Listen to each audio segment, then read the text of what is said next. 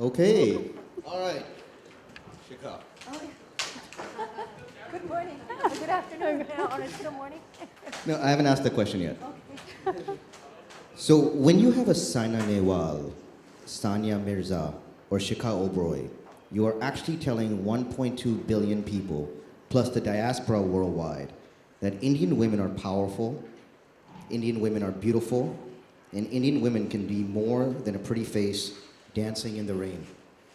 You said that. Yeah, I did. Are you shocked that I would research that? Or are you, yeah, okay. Yeah.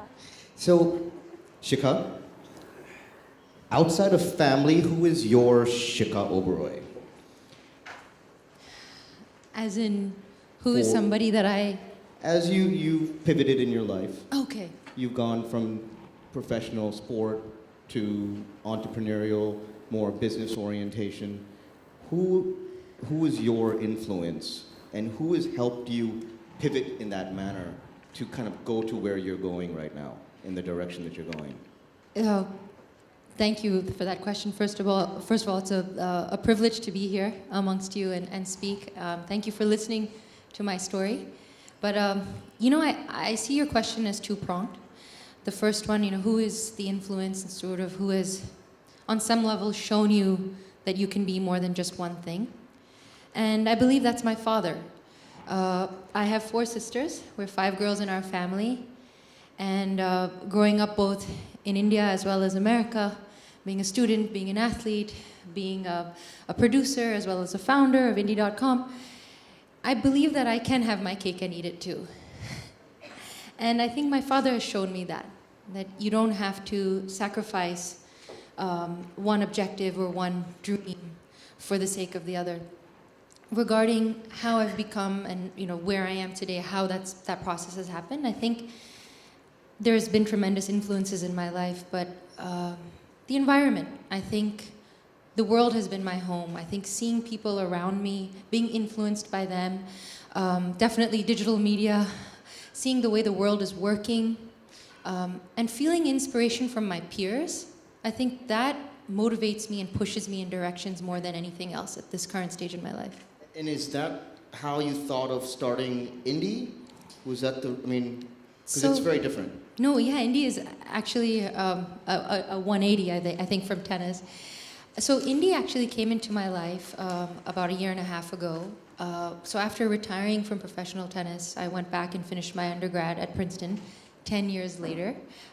Everybody called me Shikha Didi, and by the time I graduated, I became Shikha Auntie, because I don't know how that happened, in this 3 years. But I came back and I wanted to retire on the premise of wanting to create and produce and host even social issue media, purposeful programming, if you will. So my younger sister Neha, who was also on the tour with me, she said, "Oh, so you want to be the Oprah of India?" And I said, "Yeah, kind of." She said, "That's fine, Shikha Didi, let's just call you Oprah Chopra." I said, "Theek hai, chalte hain, let's go with that." So this whole dream became Oprah Chopra. And what happened was I wanted to create this media, I wanted to be a part of it and be part of the conscious that we're all having this dialogue on impact and social change and upliftment and empowerment, if you will. And Indie.com was a company that started in the US about 2 years ago. And they were looking for co-founders in India to lead this platform, which is essentially a social media platform using video challenges to engage with people. And what I saw was that this was the impactful platform that I had always wanted. And that everything I wanted to do with my programming and purposeful programming now had a bigger vision and a home with Indie. So I call myself an impact entrepreneur. And I see Indie as that vehicle for huge potential change that we have. And being a part of that as a co-founding member in India, it's a tremendous responsibility that I'm just running with. Cool. I hope I didn't confuse you. Are you asking me or everyone else? Both.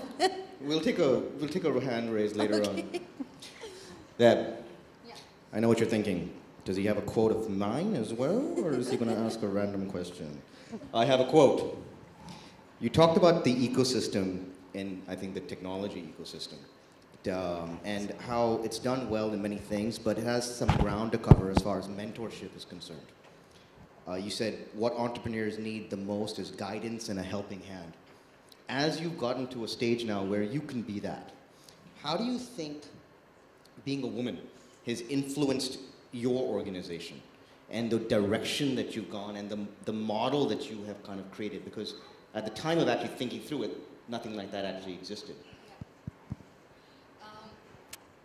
So I'll handle it in two ways, Sid. I would keep any kind of a gender discussion outside of this in terms of mentorship, because I think startup, whether it is by a woman or a man, needs some kind of a mentorship.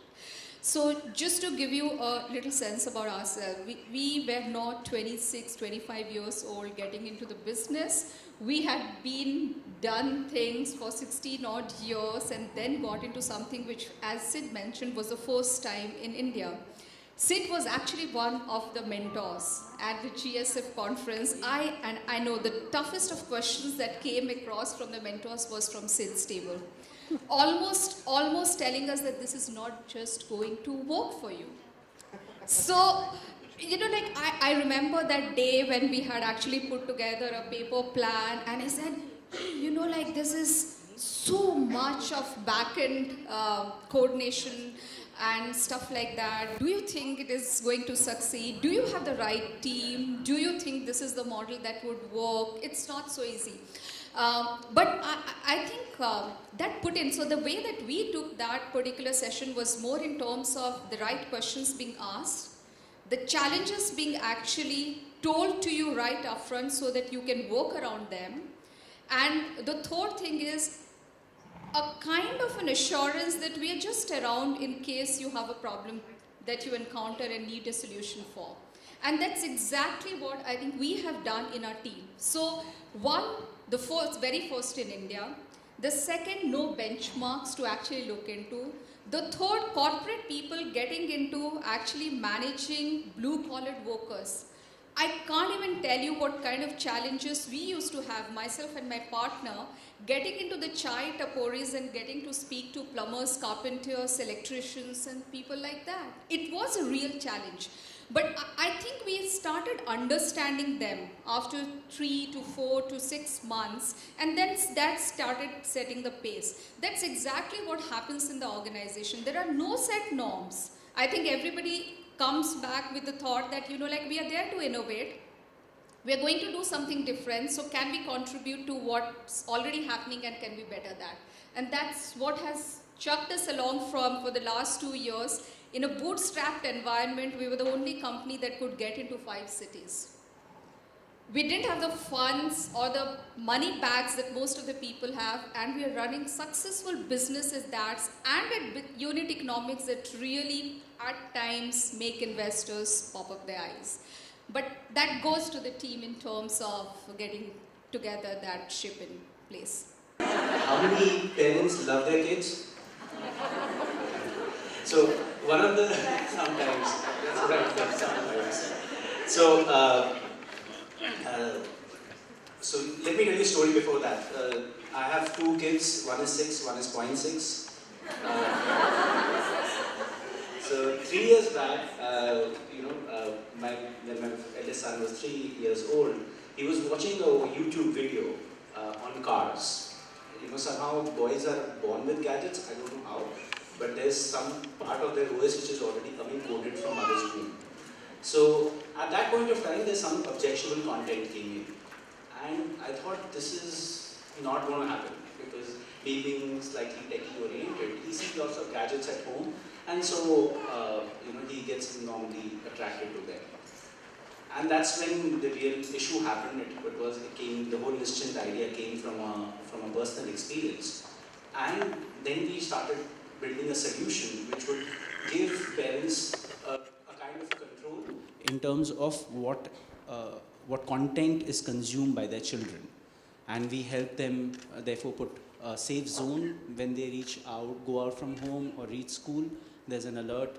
They help curate timings when we were growing up, we were told 4 to 6, you go out and play, khelne ka time hai, and then there's homework time. We put the same principle into digital gadgets so that their access, although is completely allowed from an education perspective, but content is curated for their own safety. So that's one part of the question. Coming to the second part of the question is how it is making an impact. Actually, we thought, or at least I thought, that I knew a lot about kids. And in our journey, I realized I don't know anything. And I want to tell you another small story or two small stories in the same one, of someone in Chandigarh called Mrs. Shweta Arora, and one in Mysore called Mrs. Maya Patni. They became our first customers, almost the early adopters, and they heard from someone about Nishchint, started using it, and what happened is that they started liking the product. I started interacting with them on WhatsApp and giving our weekly calls just to understand who are the people or who are the parents, how are the parents liking it, how are the kids liking it, because there's a whole thing about freedom and privacy and are we intruding in privacy? Yes, no. So these are things that we wanted to understand. And today, Mrs. Shweta Arora from Chandigarh, through her word of mouth, has actually made it an entrepreneurial Nishchint in Chandigarh. So she has, apart from whatever reseller program that we've signed with them, she's influenced close to 53 parents in the span of 2 months to actually sign up for our program. And she does individual sessions. And I had the privilege of attending that. And I didn't even know it myself, how they are presenting to the community. And that's why I keep on telling my wife and other people that a woman in a team is equivalent to 4 guys. And I completely agree to that. I'm a work from home dad, so I'm just learning the nuances of what it is like being at home. So the whole Nishchint thing is that anybody who wants to create a socially good environment is happy, and we are happy to sign up. It will be our privilege, not an opportunity for you, but our privilege to have you as part of us. And you can get the nuances can be discussed outside, offline, and you can be part of making a more secure society. So that's our vision: digital security for life, for anybody and everybody. So this is what. You're talking about all of us also. We can all join. Yeah, please. All right. Dads are welcome as well, just in case. Okay. Anu, I have a quote for you, but not yours. It's okay, right? That's fine. So, Sheryl Sandberg wrote an article recently on the widening internet gender gap. And in the article, she said, becoming connected also opens up economic opportunities. And, so I was going to put this question a little later on, but based on what Raghav said right now and how, in a small way, that's changing in those sectors, you're doing something on a very large scale and hopefully becomes significantly penetrated, especially within the country.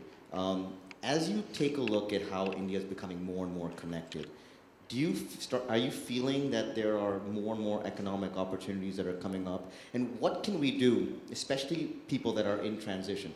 In SHEROES network, many people are transitioning in some way or another. Take advantage of some of those opportunities. So you're talking in a general sense? Well, I'm actually referring more to the fact that we're getting more connected. So more in the idea of the opportunities available because of mobile penetration, because of the internet. I have this. Because of, she has her own mic. She doesn't need your help. And how one can take advantage, as you have, to a large extent. Yeah, although I think what we are doing is more on the health side, but I think there are opportunities available in hundreds of different areas. Is this echoing? Yeah, hold on. Maybe you can take Ajith's mic. I finally have to take your mic, huh? I don't mind taking 2. But essentially, I feel that what this has done is it has allowed people to be able to do things that they never did before. And just this morning, I was while I was coming with a friend to this conference, and she's a journalist, and one of the things she said was, today, the kind of people, they take a small little, Micromax phone or any phone that is there for 2,000, 3,000, they suddenly connected, they have a voice. And they can voice their opinion, not just on regular issues on politics and other things, but they can voice issues on so many other things. So you can influence politicians, you can influence media, you can influence many things. So one is the whole point of influence. The second is when we are talking about, let's say, something like what we do at Mapmygenome, which is, we are essentially doing a service where we are taking a saliva and telling them about the health risks, but the real value comes for them when they can start tracking it, right? So there is value in terms of putting the digital health components together. There's areas in terms of what you can do on wearables. So, the joke around was that, we have a product that we call a Genome Patri instead of a Janam Patri. So he said, but you're not giving any advice, like if you went to we give them recommendations, but if you went to a Pandit who gave you a Janam Patri, they would give you, a ring or something. I said, that's it, that is a missing link. I need a wearable ring which will tell them what to do, right? So, there are lots of interesting opportunities that you can see, whether it's in health, whether it is in the space of education, right? And, when you're looking at education, I think it's not just what Salman Khan and others have done today in terms of what Coursera and others can do, but there's opportunity beyond that, right? There's opportunity in saying, how do we get when everything will be connected and we won't have smartphones at all, you have the whole Internet of Things. Your possibilities of doing so are going to be so much more amazing than it is today. I'd like to say that at least when it comes to health and what we are doing, I see an amazing opportunity for everybody out there because there's so many things that can be done, but it is not going to be done in isolation. Ultimately, everything has to talk to everything else. So there's going to be the need for collaboration, and that's easy to do when it comes, when mobile opportunities open up. It's interesting. Actually, if you couldn't take another minute, as you think about the kinds of people that you would want around you to be thinking about the solution for this problem and bringing different groups of people, because mindsets, you want different mindsets around, whether that's positive or negative, because it's such a big problem to be able to solve. How do you think about what kind of people you want around you? I want people who have completely different thoughts from what we have, right? If you think about even Have you done that? Sorry? Have you done that? Absolutely. So when you think even about something like bioinformatics, right? That wouldn't have happened if there was a single-minded approach to it. We needed to have a team that was, that had a statistician, that had a molecular biologist, that had a computer scientist, and so on, right? So that was the problem number one, which was internal. The second problem is saying, how do we get people to know about, genetic self, right? That's what we are trying to do. We are trying to get people to say, you have to understand your genetic self and create healthy habits. Now, I can't do it. One of the things you need to do is to say, how do you keep track of certain things, right? So there will be people who will keep track of your health. There will be people who are keeping track of the environment. So, for instance, I'm just giving this is just some idea. If you take something like Delhi, which has a huge pollution around, right? How do you monitor that and be able to see whether that is influencing your genome in any way, right? There are lots of things that are influencing you as an individual, as a health, but and that's the kind of thing we want to see, right? One is internally, which anyway the kind of work we do needs multiple levels of thinking.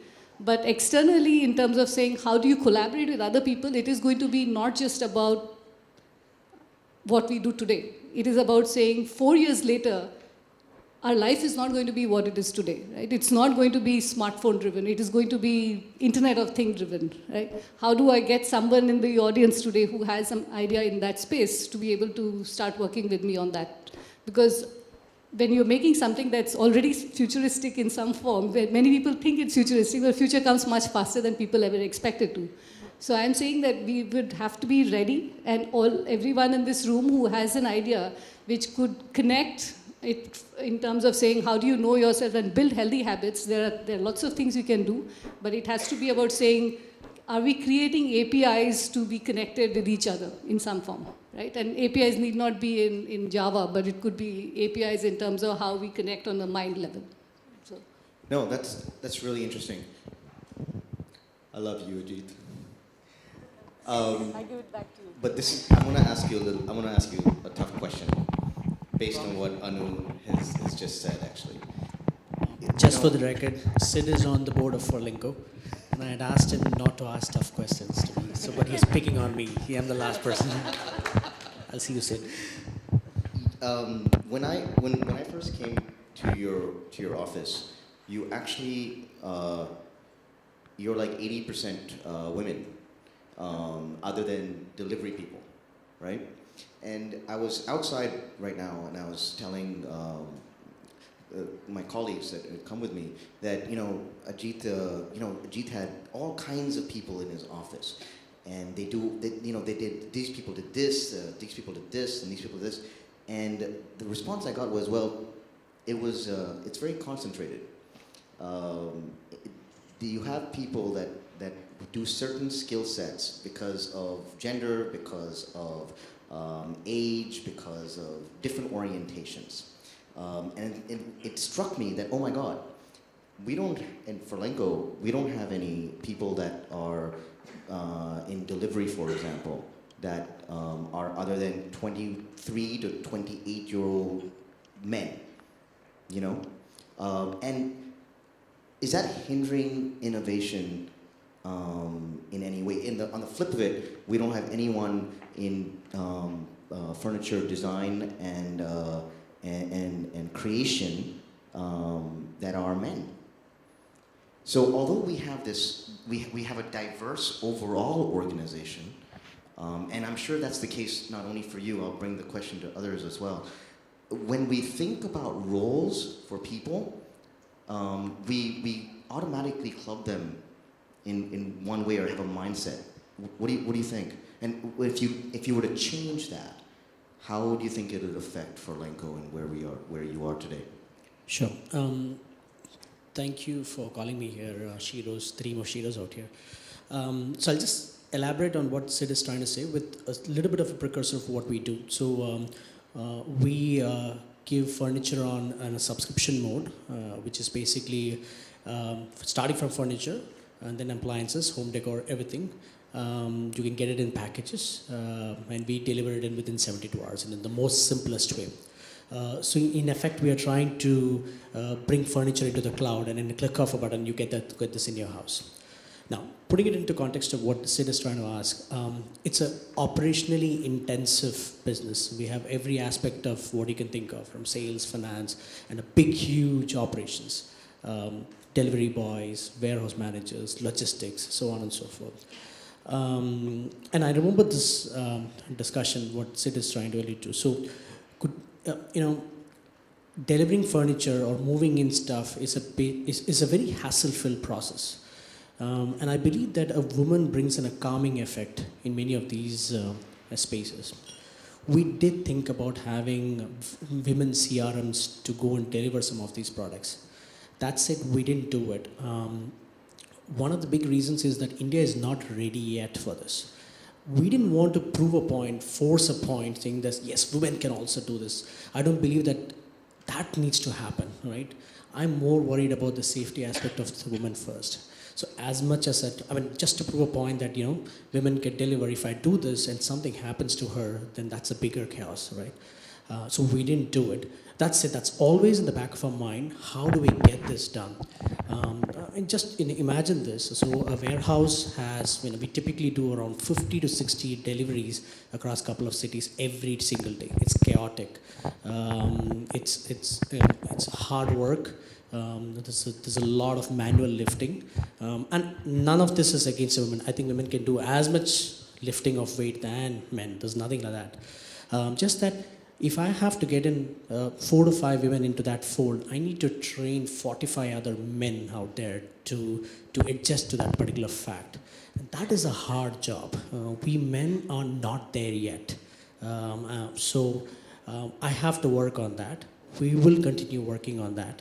it is at least a few months to a couple of years away where we could get that. But that's one of the visions that we have. With every delivery, can we have one woman going out there? So that's a job that I'm going to continue doing that. On the other side, and that's a very interesting question, which is, we are in the home decor space, so it must be for the women, for things to, home decor and stuff, design of furniture, design of wall decor. These are stuff that women do and men don't do. That is actually not true. 78% of our consumers are men. Only 22% of consumers are women. Yes, we do have women designers, but we now also have men who are designers, who are designing furniture and home decor. So I just want to correct that fact. I don't believe that men do not like home decor or furniture. They do. It's just that they don't take the pains to go about doing it. Women are a little bit more pickier, so that's the slight difference in that. But that part of it, which is every other part of our business, sales, finance, customer relationship on the phone, to design, to marketing, to technology, we have women. And we have a considerable number of women on there. Nearly 30 to 35% of our workforce is women. I would like it to be at least 50%, if not more. But that's work in progress, and we will get there someday soon. Great. Dave, I'd like to get a response from you, because you bring workforces together, and I'm sure you see this phenomenon in many verticals of your business. So if you have a thought, I'd love to. Sure. Okay. So, never driven by any kind of mapping that we need to have 50% women or 30% women or 60% women in the organization. But very early on, what we realized is that, just to give you context, Timesaverz actually helps you get rid of all your home chores. So all the ladies out here, just get your work done outside. Don't even bother about what needs to be done back home. Just get the Timesaverz app downloaded. You would get a cleaner, a plumber, a carpenter, a beautician, a laundry being managed. So everything to do with home services, you just have an answer out there. So, when we looked into the whole specifics, we did employ, at the beginning we did employ some men in the customer service division, but very early on we realized that, as far as home services is concerned, the innate ability of a woman to answer the queries on the other side of the phone is much more spontaneous than a man would. And hence today Timesaverz actually boasts of 100% women customer service team that handles calls from all the cities that we operate in.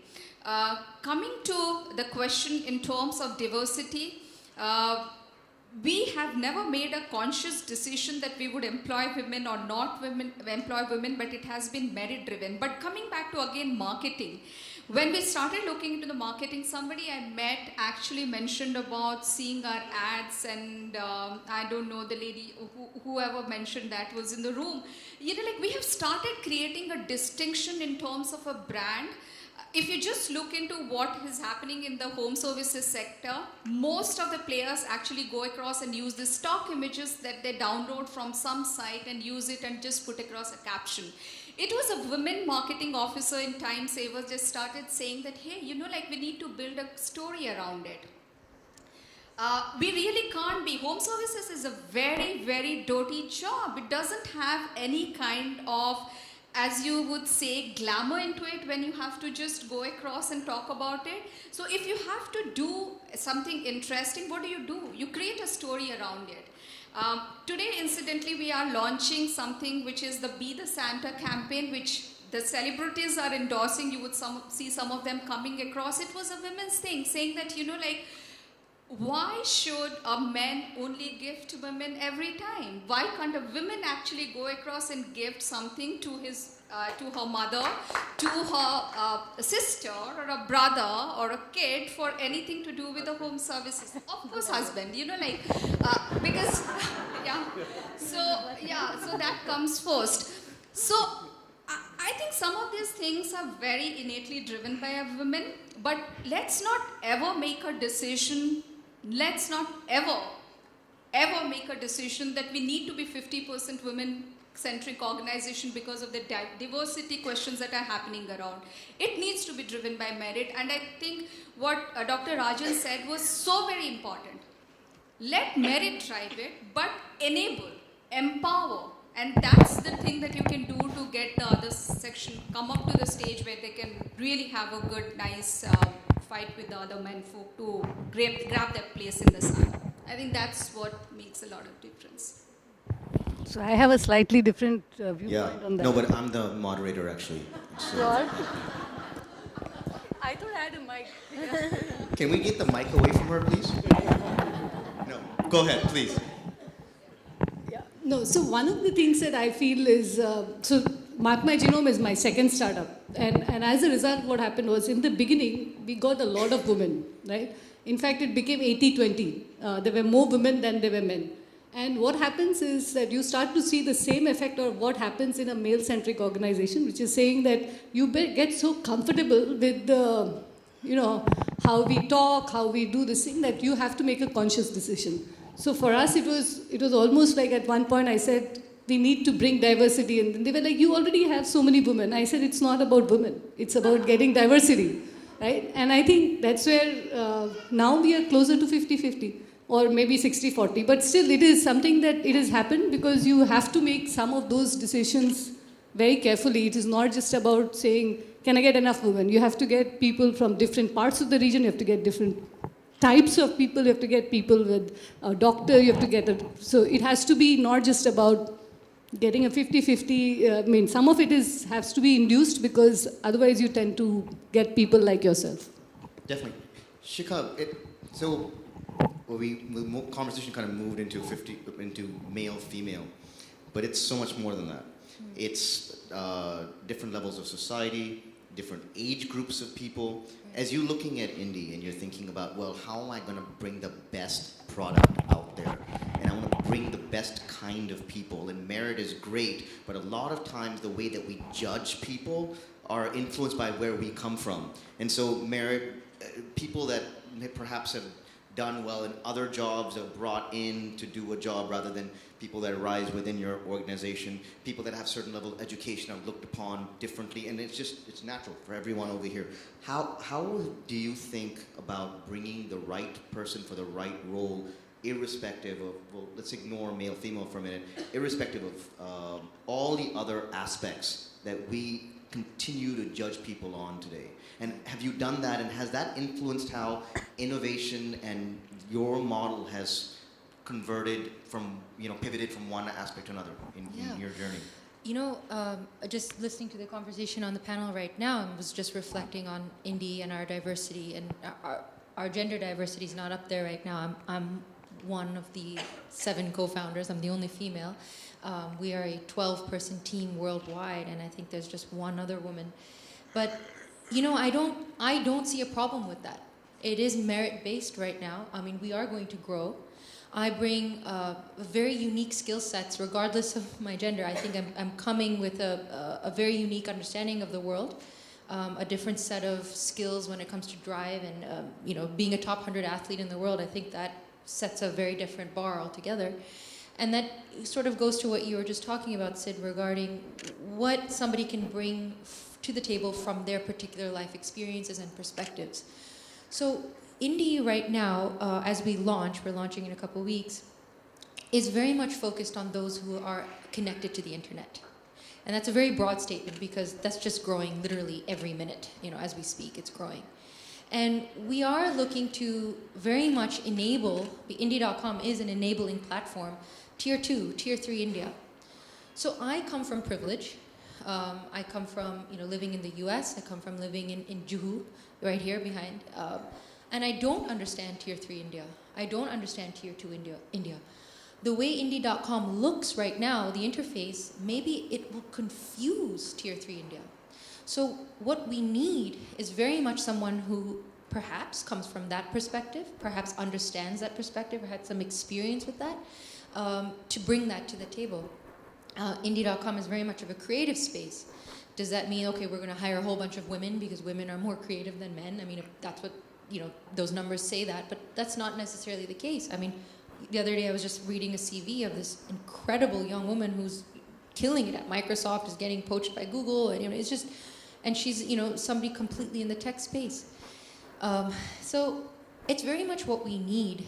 And like you said, it's the perspective of that person, what they're coming from. So as we grow, we're looking on that, very much on that merit base, where we can fill in our gaps versus having the quota, socioeconomic background.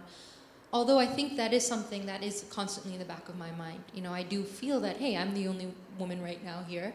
It doesn't bother me. And I think maybe that's part of my upbringing, that I was used to beating men on the tennis court. I was used to boxing with them. I didn't feel a difference between us, right? So I hope that doesn't hurt in the long run, but we are looking to build a company that caters to all. So we very much need all those values, all those experiences, and all those skill sets. Great. No, that's a really good point. I wanted to kind of change the topic now as I come to the boys. I didn't mean to do it to you boys. Yes, I did. Someone just showed me this article right before we got on stage, where the Sequoia chairman. Sequoia is the world's largest venture capital fund. They mostly invest in technology, so this guy is a really important guy. And he's been doing this for 30 years, investing in other people. And he was asked about the dearth of women in his organization, in Sequoia. And his response was, to a large extent, we're looking, but we're not prepared to lower our standards. And the media took it to say, oh my God, he put his foot in his mouth. But he didn't stumble on it, or he didn't think about it in a way that he made a mistake. He was saying it very matter-of-factly. And this is an interesting reality. I consider, our own fund and how we're structured, and others in India as well. And it's interesting, and I want to ask this question to you guys, because you're both doing something that is very different than what's available out there, and you're making a very big change in the way your industry functions. Very, very big change, and you need money to make that change, and you need to go, unfortunately, to people like me and this guy to raise this money, and the majority of people that you go to raise money are pretty much the same. They think the same, they act the same, they look the same, and they all mostly have facial hair. And so, some more than others.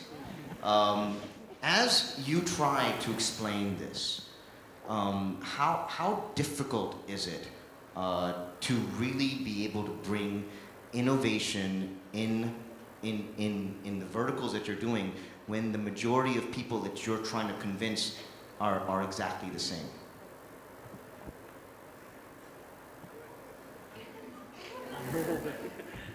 He's saying that he hasn't raised money. Be careful how you respond to this question. No, so I'll just, I don't know how many of you have gone raising funds. I've been successful at least once. So I'll just explain what he's meaning to say. So typically when you raise funds, you have a pitch deck behind you, and you go VC after VC pitching that you have the coolest thing going on earth, and that it should be funded. And the VC on the other side says that, hey, there's like 1.5 million other opportunities, why should I be funding you? That's the typical thing. It is extremely hard. It is extremely hard selling. But even more hard is when you get out of the room and you've drained out, and you still need to go and pitch with the same vigor to the next VC. Some people are successful, many people are fail. No, I don't think so. It's just, okay, so just so that, so it took me, for the money to hit the bank, 24 months from the time I actually started knocking at doors. It took Lightbox themselves nearly 6 months to agree on the fact that they should be investing in us, sit to invest in us.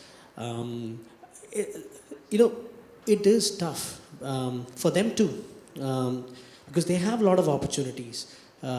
They have to see whether what you are going to be doing is the best thing that they can invest in. So their job is tough. Our job is tough. I think to some level is the communication of the innovation is really important. I believe that most entrepreneurs are in some way innovating. You are innovating with Nishchint. It most probably has not been done ever before. And there's always this question of whether there's traction or not. I think the more key element is to communicate that innovation as in the most crisp manner, which gets it. For me, what worked was stories. While numbers does matter, but first thing is to actually get the story right, get them to nod their head to say that, yeah, I see what you mean. So don't convolute the message. Keep it as, I don't know why I'm looking at you and saying that. I think it should be general. Sorry. I'm sure you will get them. No, so don't convolute the message. Make it as crisp. I was not successful. It took me a while. Lightbox themselves refined my message because they liked it. They saw the inherent diamond in the coal. I went in as a coal.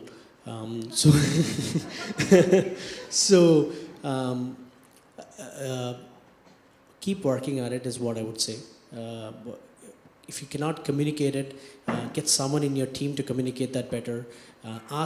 Keep practicing it, but don't stop innovating. Don't believe that what you're doing is incorrect. Someone the other day came to me. I'm from Bangalore. There are a lot of startups in Bangalore. Someone who was renting dresses for women, and he came to us and said that, hey, we are shutting shop. Would you like? They wanted us to, acqui-hire them. It was very, very smart folks, IT, IM, etc., etc. They were like dejected face in front of us. And I just asked them, what are your numbers like? Last month we did 17 dresses. This month we did 34 dresses, so on and so forth. And so you are doing 100% growth, so what's the problem? No, the traction is not enough. We're not raising money, etc., etc., etc. I said, then I gave them what happened to me. So literally, Sid knows this. January of 2014, we had 5,000 rupees in the bank, and I had 20 people to give salaries to. I had no idea how I would turn this around. I just woke up one fine morning, started hitting all my friends and family, asked them, this is something, if you believe in this, I want to make this happen. I'm going to double things, I'm going to triple things. Just believe in me, give me some money. So over Facebook Messenger, I raised 1 crore. Someone said that, okay, I'm going to do this for you. Goes back to before that morning, a few days back, my communication was the same thing, dejection. Nothing's going great. I don't know whether I'm doing this right. Furniture rentals, maybe it's not for India. Everybody's saying, no, who's going to rent furniture, etc., etc. But then, whatever I must have said in that Facebook Messenger to the person who was saying, he got it, right? So the communication was really, really key. From then on, we started doubling, tripling, quadrupling our sales, and finally Lightbox came in and invested us. So I think don't stop innovating. Whatever you do, continue doing it. Communicate it crisply. Keep working on that communication. How do you communicate this to people who have absolutely no idea what you're talking about? So first of all, can I connect to them on Facebook Messenger, please? I have to look at the nearest opportunity, which is here. That's what you got out of your message, but Facebook Messenger. Okay, we believe we're still learning. There have been plenty of rejections already. People have told us, you do something with kids. It's not, sorry for the French, but it's not sexy enough. There's food tech that is happening. There is fintech that is happening. Why should we be investing in you? Parents and kids. Yeah, it's a very big niche. So we get loosely associated with you are in a niche. But that is to my team and me, we have not given up. We don't plan to give up. So we've done some kind of funding from friends and family, and we've been little lucky because people just came in and told us we didn't have to message out. But now it's a time that we are trying to reach to Sid. You become my best friend right now. So to people like Sid or other people, in terms of telling us what our value proposition is. Coming to the money part and the entire process, it's been very hard. I have to agree to that. So I've been a corporate junkie before I joined this, before I left my job and started things. So for 12 years I've worked with telcos. So we were always taught one thing: in God we believe, rest all numbers. So traction is obviously very important. Stories, this is what Ajith has said, is also very important, and we're just about trying to, convey that message in a very simplistic manner, that parents, you can monitor, manage and protect. Kids, device, laptop, tablet or a phone, because we see increasing number of usage of that. So that's what we are still learning. We haven't probably got the message right. We're probably trying to make it very simplistic. So I think it's a long learning curve. I cannot say that we got it correct till now. So actually, the person you should be talking to is really Anu, who's she came and I wasn't there, met with my partners, and I remember them coming out of that room saying, "Ooh, wow, what?" And I think it over a period of time, kind of was able to address a population of people that are all very, very similar in nature, to explain the importance of what you were doing. I don't know, how much time do we have left? 20 minutes? Anu, maybe you can give a little bit of how you kind of framed your story, and also were able to showcase the importance of what you're doing to a large group of people who might not have got it the first time around. Am I right, first of all, that people didn't get it?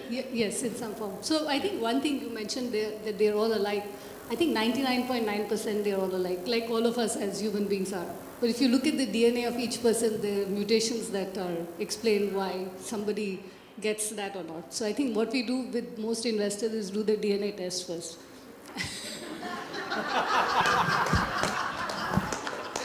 Okay, so Shikha, let me ask you.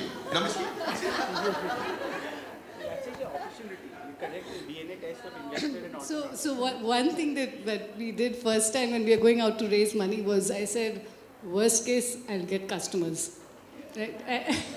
And so what we said was ultimately, the good thing is that our customer base is still very diverse, right?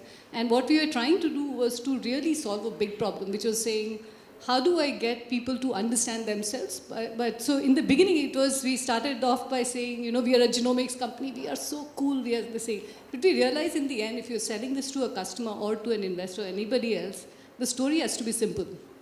And it has to be something that people get. So we thought about our tagline for a very, very long time. And finally, we came up with a very simple thing. We said, know yourself and we'll create healthy habits, right? So there were just two simple lines that describe what we did. So we left out all the complex things. But in the end, we tried to say that, we're trying to get a database for 1 million people, because in the end, you are, 1 out of 6 people in the world are Indians, and yet we don't have enough data. And I think that struck a chord with a lot of people, and it need not strike a chord with every single investor, right? And that's perfectly fine. I think we started to understand. It is all right. But the ones who will get it will be the ones who will believe in it, right? And I think that's what we first thought about. And I think we are very lucky to have found the right kind of people, and some people that we didn't pitch to at all, right? So they're people who found us and not us who found them. So in the end, it is about being able to say, if you really have a vision, you are ultimately selling to your customers. But in the process, I think investors make you think well, even though you might think they are similar, but each one gave a different perspective. And I think I enjoyed that whole process of raising funds as much as I did. And not so the first time when I was doing it, this is my second venture. So I think he was asking me that early on, saying, how is the experience being? I said, I'm enjoying this so much more because you've gone through the entire cycle of up and down, right? So you know what is there. You know that, what it can do to you. But enjoying that whole experience, I think, is the best part. So you learn from every person you meet, whether it's investors or customers. And in the end, if you can sell to people, I think that's the best thing. Cool. Good. You're welcome. You know, I read this Michael Moritz piece, and when I was outside, and what he said, and it's right. But quite honestly, I don't think it's a mindset that only men have. It's a mindset that even women have. And I was just thinking while Ajith was talking earlier on that since I've been investing, almost 50% of the investments that I've made or at least front-ended are women entrepreneurs. And so as I speak to them, their mindsets aren't very different as far as what roles work for what kind of people, whether it's gender or other. I'm just as you look at this and you think, well, my God, we need a lot of role models, and we need a lot of mentorship in thinking about how best to diversify for the best of our company, and as they grow. How do you think we're going to get out of these mindsets? And not only for male, female, but in general. You can take male, female as an example, but just in general, because it's not a male-centric mindset. And that's the saddest thing. And, we perpetuate the difference and the inequality on our own. And I'm guilty of it myself. A lot of it is upbringing. It is conditioning. For example, when I walked on the stage, I was hesitant to take the center comfortable couch, right? I look for your approval. Shall I sit here? Kind of a thing. You mentioned, yeah, take it, go for it, kind of a thing. It was like this courtesy gesture, and it's clouded in good manners and chivalry and whatnot. But the reluctance I had to sit here and take this leadership position, and though I'm talking to you as a leader, of Indie.com and whatnot, it's such a conditioned thing. And to answer your question regarding how do we get out of this, it's going to take a long time. It's going to take a very long time. It's a systemic change we need to take. It's mothers at home standing up. It's women in general standing up. It's men standing up for that as well. It's little habits such as the one I just mentioned that need for me to just come up, sit down, hello, feel comfortable. When I get a compliment, I'm like, well, it's team effort kind of a thing, and I just, I'm part of a big team. I should just say thank you, It's something that I've done and I feel proud of, and thanks very much. So until people like me don't take the responsibility to change, it's going to take a very long time, Sid. So it's something I am worried about because we perpetuate the inequity and the inequality constantly on a daily basis. So it's an unfortunate thing, but we're the only ones to make the solution. So hopefully it starts today. Oh, great. We have time? Okay. Does anyone else have better questions than me? Yeah. I'll give my mic away. Thank you. I just wanted to know, you mentioned about working with an NGO and getting funds. You were just mentioning you did something. So what is the best digital way of, I work with special children, Red Swastik Society, what would be the best form of social media to do as far as working for the underprivileged? So, just to clarify, we don't work with an NGO from a, yeah, that you did. You did. Please say that. Are you talking about social media and impact and changes? The impact it would have. What would be the best way? Sure. Forward. Would it be Twitter? Would it be Facebook? What would be the best for anyone who wanted to do the best for what they do? I don't think they're mutually exclusive. I think you should, when you're talking about social media, use them all. Indie.com presents another sort of a fun vehicle to communicate with people with video challenges. But those video challenges are promoted on Facebook, on Twitter, on YouTube, on Pinterest and Instagram and everything. So when you want to reach people, and as we as a country are moving so aggressively towards internet and social media, get on all of them. I don't think one is better than the other. I think they all work together. And we were talking about that connectivity. It's the same thing. Have all the apps on your phone. That's what I would do. Anyone else? Yes. Hold on, we'll get you. So by the time the mic goes there, I'll just take a chance to ask a question.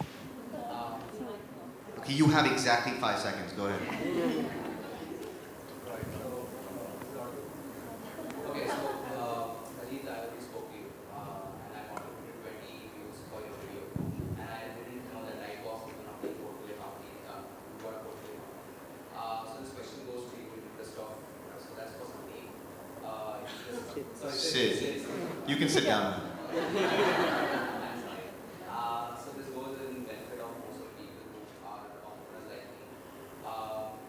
On what do you see as for an entrepreneur? What do you look for? Who do you invest? What's the typical DNA? I'm sure you should know this. So we have traction, or you get bigger. You look at a lot of commitment coming from the entrepreneur. What are the typical traits that you look before you? So I'm sure he has spent more than 2.5, 3 years before he raised his first round of investment. That's what I remember, watching on the video. So what are the typical traits that you look for? Just in interest of most of the folks here.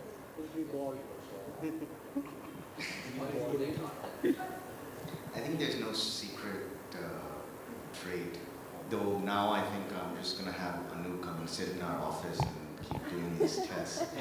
But Leave a few swabs there. yeah, seriously. For us, we're a very concentrated portfolio. We only have 7 companies. So any one of us who partners will work with a very few number of companies. And so I would say the one thing that we would look for is that we actually get along with the person on the other side of the table. Ajith said that he was being kind. We met Ajith for the first time in March of 2014, and he had money in the bank in January of 2015. That's a very long time and I think one of the things that we try to do is, it's impossible to get to know someone in 10 days or 15 days. Can you get along with them at work? Can you get along with them when you're making a recommendation? Can you get along with them when you're having a cup of coffee? Can you spend 24 hours in an airport layover and not get bored with that person? Do you want to work with that person? Do they want to work with you? That's not every fund maybe, but that's, if you're asking me personally, they could have the best idea in the world and they would do really well, but if they don't want to work with me, then I'm probably not going to want to invest. All right. Yes. Sorry, that took longer than it took the mic to get to you. Ajith, my question is for you. I have been associated with various startups like Acharya, Debadutta, making operations for validity in Mumbai. So we always try to tap the market, like it's educate the educated market. Like on Facebook, Instagram, Twitter, there are many amongst us, like for example, if we take our family, our mothers, if we treat them, they get increased. So what are we doing to tap the market where we know there's potential? I don't see anyone going in that direction, especially startups.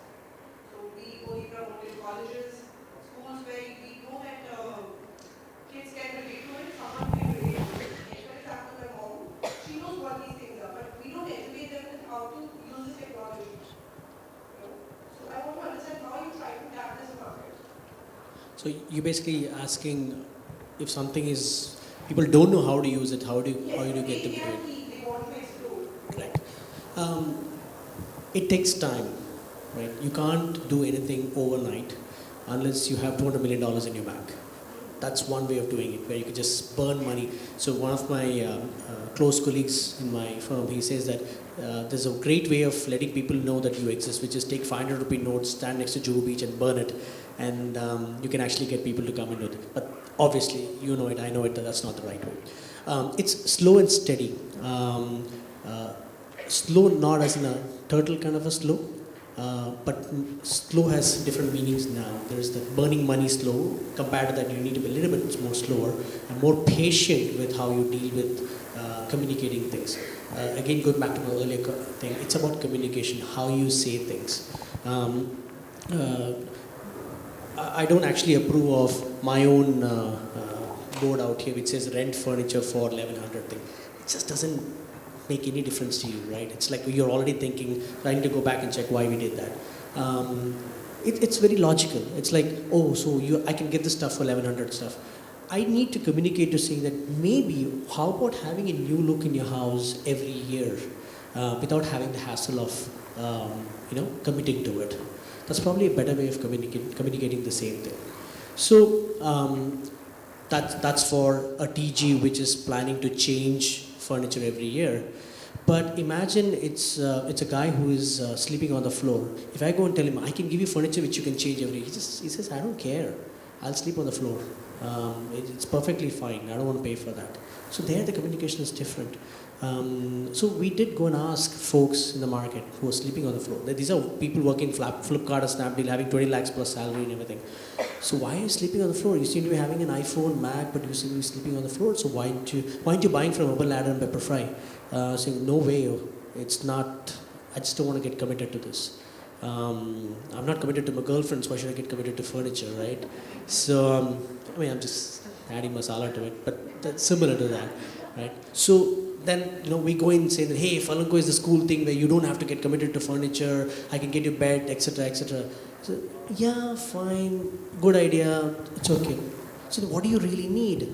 You know what, I want to ensure that there are a lot of folks who are coming into my house, they should be able to lounge, I have my girlfriend coming over, I want to sleep on the bed, I want to have beer on that particular thing. These are the stuff that I want to do. I can't do that on a single bed and a mattress, solid wood and all that. Go and tell that to someone else. So we took that insight, went back and created a product called Bounce. You should check out our website, which is basically a sofa, come lounger, come beer holder, come everything. And there's no name for it per se. We call it Bounce because you can bounce on that particular thing. And that's sold like hotcakes with this particular audience. And we just say that, do you want to do all of this? Then come rent with us, right? Oh, by the way, it is 999 rupees per month, right? And that's sold like crazy. So to answer your question, if you want to communicate something different, you need to do something different. Number one, concentrate a lot on your product. Don't concentrate on shouting loud about the product. I read this somewhere, most of us seem to be spending, out of the 100% of time, 30% goes into innovation of the product, 70% goes into shouting about the product. It should actually be the other way around. You should be spending 70% of your time in creating an awesome product. Product could be the product itself and the service around it, and 30% of the time shouting about it. You will have a much better results. I think that's the right approach to communicating anything new in the market. Don't try to do something, hey, we exist, and then they come to you and say, yeah, but you don't seem to be doing what you're saying, so do that first and then communicate. I hope I answered your question. Hi, this is Alpana. I first want to compliment Shikha about opinion that she voiced out. We shouldn't be apprehensive or seek approval at any stage. My question is to all of you, how did you have the traction, the first customer, and what was the difficulty that you faced? Each one of you. We'll do this quickly. So, our first customer was a family friend. And that's where you need to start with. I think beyond you, it's your family and your close group that needs to be convinced about the idea for you to actually take the next step of shouting out to the outer world. So, for most of the first year of our existence, we didn't spend a single dollar in marketing. It was just word of mouth. That just got our first 100 customers, and then it just went on from there, and then we got some money, we went into some kind of a marketing and stuff like that. But it has to be you, your friends, your families first who need to be convinced about it. I agree with that also, because India is yet to launch I can just give an anecdote from the US, from the first customers, if you will, from the US. And of course, the first ones are normally your family and friends. But I remember our co-founder and CEO, Neil, when the first customers came on, the first users are uploading their talent and their videos, he took time, and he still does to this day, to like and sort of share every single one of those videos. And he would go and check back and see on those Facebook pages where one person who was losing and doing not very well on those challenges say, oh my gosh, I got a like on my video. And that made his day, you know, and that was one of the reasons why I felt India is the place and this is the company I'm going to have the privilege of co-founding, because it has that very warm, you know, that warm feeling that I want to get out there and reach as many people as possible. So I can't wait to do that, you know, to share the same thing when India launches, to reach out to everyone and say, hey, keep going, you know, I like what you have to say.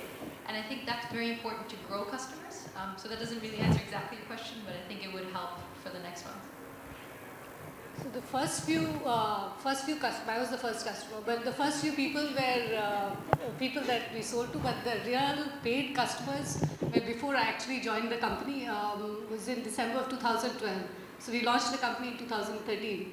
And I remember going to this Thai conference, and I talked to 3-4 investors, and I sold it to them on the spot. And one of them was very, very sweet, and I told him later that he was my first paid customer. But he said he knew that I needed seed money also, and it was very sweet because I went there and I talked to him and I said, you know, I have this great idea and this is the thing we're doing and blah blah. I was so excited about it. He's like, do you accept a check? I said, of course I do. He takes out his checkbook, writes me this thing for his entire family. He writes 1 lakh and gives it to me right there on the spot. That was the day I decided. Actually, I sold 9, and I said, okay, I'm ready to take on Mapmygenome.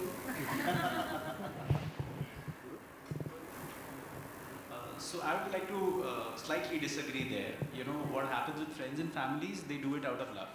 But they are not your real customers. So I was very happy, you know, November 2014 we launched our beta version, and there are, you know, I put a Facebook campaign out, there were 45, 50, you know, close people already subscribing. I said, wow, this is like going to get viral. And then in December 2014 we fell down to 15. So I said that what happened? I mean, like, you lose huge analysis, paralysis, almost led to dialysis. Then what is happening, you know, as a first-time entrepreneur? But I think the real test is not with the family and friends. They do it out of complete love and they support you.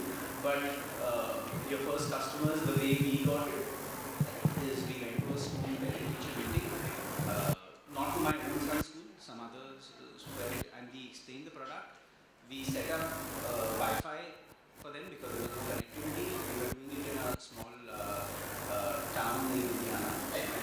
We just chose because if we wanted to keep it, you know, like really focused to learn. There was no Wi-Fi connectivity, so we helped them with Wi-Fi connectivity. People then downloaded the application, and that's how we got our first customers. You have to get down on the road. So as a practice, at least what I'm trying to do is I try to give every person or every parent who's downloaded our application and started using it at least a call in 72 hours. They get a personal call from me, and I try to help them or just to understand where they are, what they do, what they read, so that we can be a little more targeted and we can speak to them better. So after having done around 3,000 plus homes and 2,500 plus active houses, you always remember your first customers, right? So my first customer was again a friend who, out of love, which turned into hatred, and I'll just describe that one incident. Yeah, we don't talk these days. I have to give them a memento that you are my first customer. So this gentleman, along with his wife, the wife is a friend of my wife's. So they came from here, Mumbai to Bangalore, and we happened to meet after many years. And I was just describing, hey, I'm in Goldman, but you know what? I've started this new startup. You get very excited when you start up, right? You want to keep talking about it. So I was talking about it. They said, oh, so what is it? So we rent out furniture. Oh, great, awesome. So let me help you with it. I'll rent it out. This dude could have easily bought 10 houses worth of furniture, But he said, okay, chalo yaar, I'll just rent furniture from you. So he gave me an order and I was very excited, first order and everything. But I happened to have dark color furniture for renting. And he said, no, I want more lighter color stuff. I said, no issues, I'm going to get this done for you. Went back to my manufacturer and said, hey, you know what, I've got this order, I need to get this done. And this was during Diwali time. He had like tons of orders within him and he took this order. This gentleman came back to Mumbai. He said, in 2 weeks I'm going to land. You will hope the furniture is going to be ready by then. I said, no problems at all. It will be done. I'll get it done. So 2 weeks passed. Friend and family arrived in Bangalore. I started making frantic calls to this particular manufacturer. He said, abhi ho jayega, right? And I was conveying the same thing back. Abhi ho jayega. So 14 days over, 20 days over, still not done. The guys were at the service apartment. Slowly, phone calls became, yeah, will it get done? Will it get done? The voice started dropping. The wives started speaking. The husbands were not speaking. 28 days, still not done. He gave me a couple of warnings over emails. Phone calls stopped. Emails started happening. I was giving my assurance. First order. Everything got done. Finally, he said, ho jayega, this Saturday I'm going to get you pakka, ho jayega. So if you know Bangalore, there's a place called Koramangala, which is where this was getting manufactured. Everything got loaded in the truck the final day. The trucks, and this was 8 o'clock in the evening, and I was at this friend's place. Finally, like, ho jayega, begin. This truck, halfway down, met with an accident. First delivery, first thing, starting Furlenco, what you call as a panvati, jo bolte hain, happened. I don't come from an Agrawal or Bansal or any of those families. So business is not in my blood at all. So my mom had like, you're done, man, you're finished. There was no, I told you so. Goldman Sachs, VP, you're going to leave this stuff and do this? Are you serious? So I didn't even bother calling my mom. And I got this news. Truck is met with an accident, bed toot gaya, dining table toot gaya, gir ke. It was a serious accident actually. And then the dreaded call had to go now, right? 8 o'clock in the night. The guy is, my friends are waiting in the house. Bed aane wala hai, mattress aane wala hai, so sakte hain.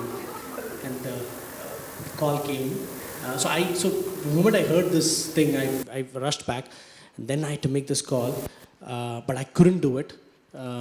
I gave the phone to my wife. Tum baat karo. So the wives are the real friends. So the wife said, हाँ चलेगा ठीक है होता है वगैरह वगैरह. Then finally the phones were passed to the husbands, and then he gave me what he had to give me. After that, so I just couldn't face it. It was horrible. I mean, most of us, you need to get a little bit hardened, but I was not hardened enough. I wanted to do something great and everything. First order, itna kharab. So I felt, just give me 2 days, Simanta, I'll make it happen for you. So it took 2 more days. We fixed the dining table and the bed. We delivered it.